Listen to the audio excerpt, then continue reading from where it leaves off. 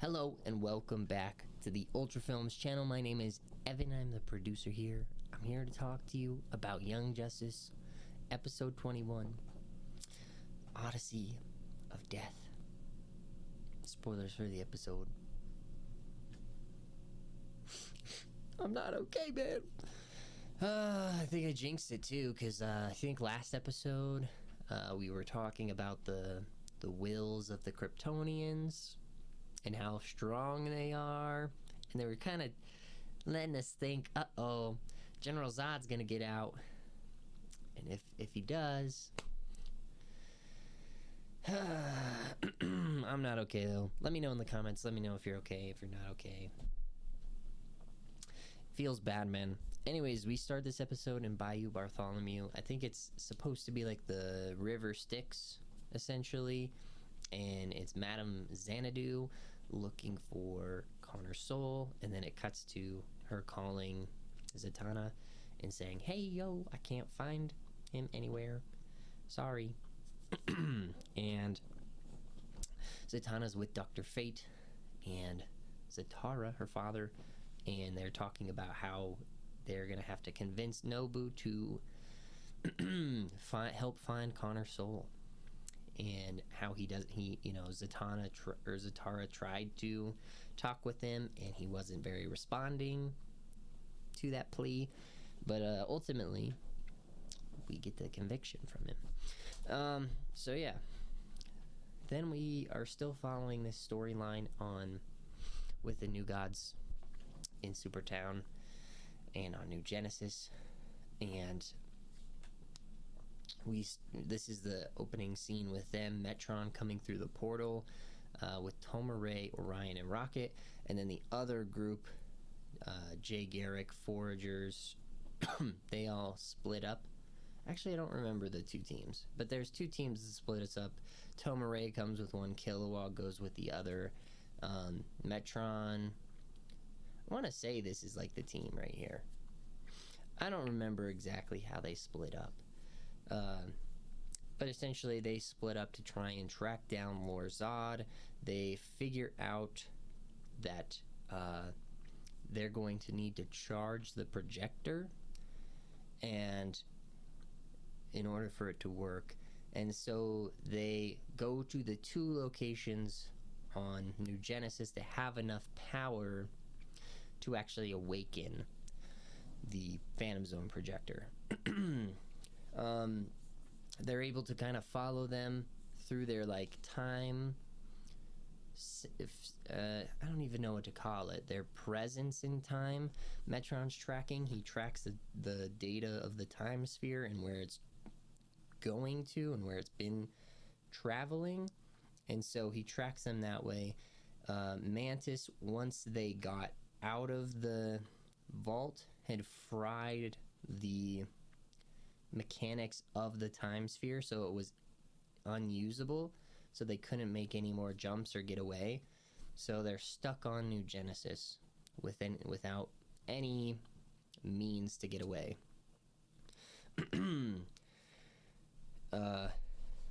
There's that line again from Metron that this decides the fate of the galaxy. So literally what ends up happening here, Metron decides the fate of the galaxy, and if Zod gets out, it's problems, like big problems. So then they go split off into these two groups to go check these two places. The team with Rocket, Orion, Tomar-Re all end up, I think Metron goes with a different group, that's why he's not there, but it's Tomar-Re, Orion, Rocket, Foragers, both of them, and Jay Garrick, and then I think Kilowog, Metron, and then the other New Gods go with Metron. Actually, I don't remember if maybe they split the Foragers up, I'm not entirely sure, and then they all end up converging together anyways. But what ends up happening is they are Lord Zod, Ma'alefa'ak, and Mantis are all draining this power from a lake. on New Genesis, and it turns out that lake is actually the resting place of a Promethean. And the Promethean wakes up because of all the noise and fighting going on and starts spewing fire above New Genesis. And basically the ring, Tomar-Re's ring, says, hey, if you don't stop this right now, then this planet's going to engulf in flames and be destroyed. And so he feels this innate duty, because this is what happened to Krypton under his watch, that he can't let this happen. And so he creates a construct, leaves the battle to avert the fire. And then Lor-Zod is upset about everything that's going on and just goes on a rampage and uses his laser vision to attack Tomar-Re. And initially he blocks it with a shield. So he uses his will constructs to block the attack. But it can't sustain. The ring tells him his willpower is not strong enough to sustain both, and that he has to choose which one. And now, the one thing I don't like about this is that, like, Green Lanterns in those sorts of moments muster up more will to make those things work. However, his whole plan and his whole wish for New Genesis is that it's safe and that it's not destroyed like Krypton was. And so that's what he chooses to focus on. And Lor-Zod, laser vision, shoots through his chest and kills him. Rest in peace, man. But yeah, it's sad. The other matchups going on at the lake are like the Kaiser Thrall versus Jay Garrick initially, and then the Foragers come and take out the Kaiser Thrall, or shift Jay out so that he can go and do this little tornado around the portal that's opening from the Phantom Zone projector so that General Zod can't escape. So it was initially Jay versus the Kaiser Thrall, the Foragers versus Mantis, and then Rocket and Orion fighting telekinetically against Ma'alef-Ak. And then obviously Tomar-Re versus Lor-Zod, where Tomar-Re had the advantage, ironically, on Lor-Zod. Kryptonians and Green Lanterns, I always like seeing them battle. I don't like how it ends for Tomar-Re in this, but I always like seeing them go toe-to-toe, because I think Green Lanterns are the only thing that can really go toe-to-toe with Kryptonians. Sometimes magic users, like Shazam, I could see going up against Superman, but barely. Like, if Shazam was, like, actually an adult who knew and was well-trained, maybe then, I don't know. But Green Lanterns, John Jones, those are the only things I could see going against a Kryptonian. But ultimately, Tomar-Re's ring comes off of him because he's dead, and chooses it goes out to search to choose a new wielder.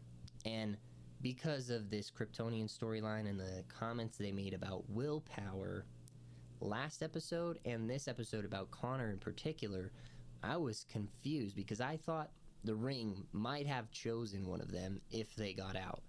And I think it probably would have if they had gotten out. However, they didn't, and the first candidate that it chose was actually Forager, the Mountain Forager. And she was basically reaching out to our Forager, if you will, and the Kaiser Thrall was like putting them in this state of flux like it was doing to Metron last episode, and like it does to everybody, I would guess.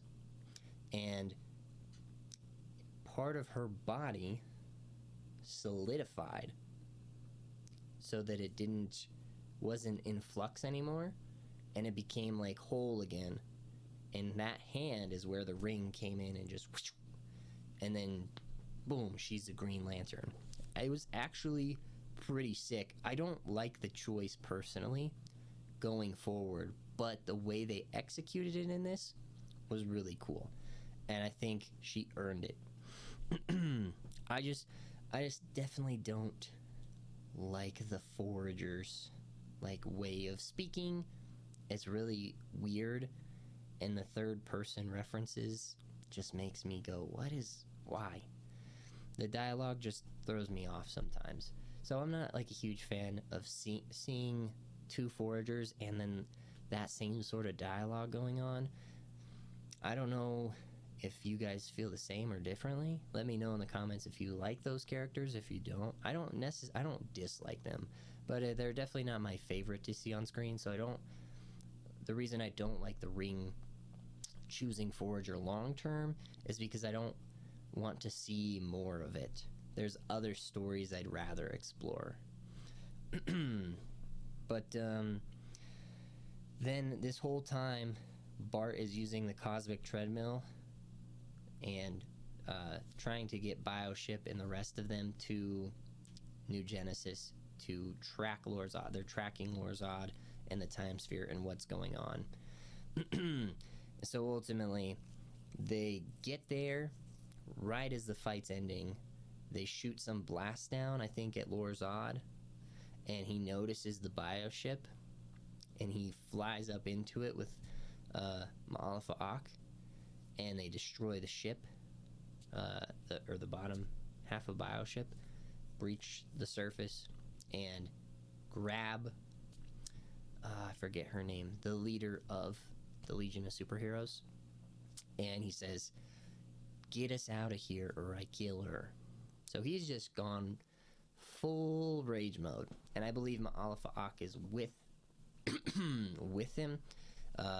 Mantis gets left behind and captured because he got taken out by the foragers, and then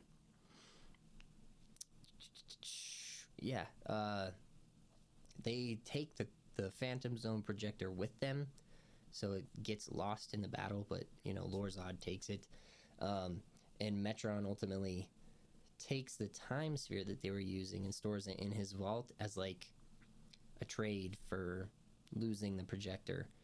And then so Lor-Zod and M'Alpha-Ak escape in the Bioship with Bart, and so that's not a great situation. And then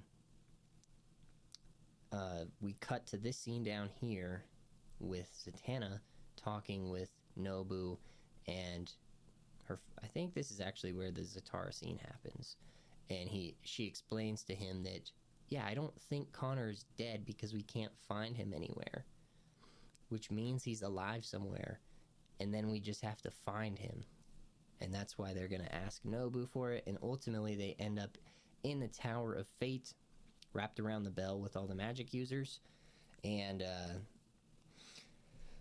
they realize, okay, yeah, Connor's still alive. That means we just have to find him. And she goes, I don't need magic, I need a detective. Cue Nightwing. And I think the last arc of the season is supposed to be Nightwing's. So we're gonna get Dick Grayson, possibly some Batman stuff, and searching for Connor and getting into the Phantom Zone somehow. I don't know how that's gonna all work, but that's what we're gonna be doing, and I don't know how that'll all play out. I think it still definitely ends with magic to conjure him in the Tower of Fate, because there's some scenes from the trailer with like Calder and Dick inside the Tower of Fate, like you can see the cascading stairs, and those scenes haven't happened this season. So that should be due. They're gonna have to summon him and possibly General Zod in the Tower of Fate, and maybe other Kryptonians. They could unleash such a huge problem in the Tower of Fate if that happens. I don't even know what to expect. It could be bad. So let me know what you guys think is going to happen in the comments. Sorry this one ran a little bit long. There's a lot kind of that went down in this that we needed to talk about, and then even more so about what's going to happen. So let me know your thoughts in the comments. I appreciate you guys all watching. And until episode 22, peace.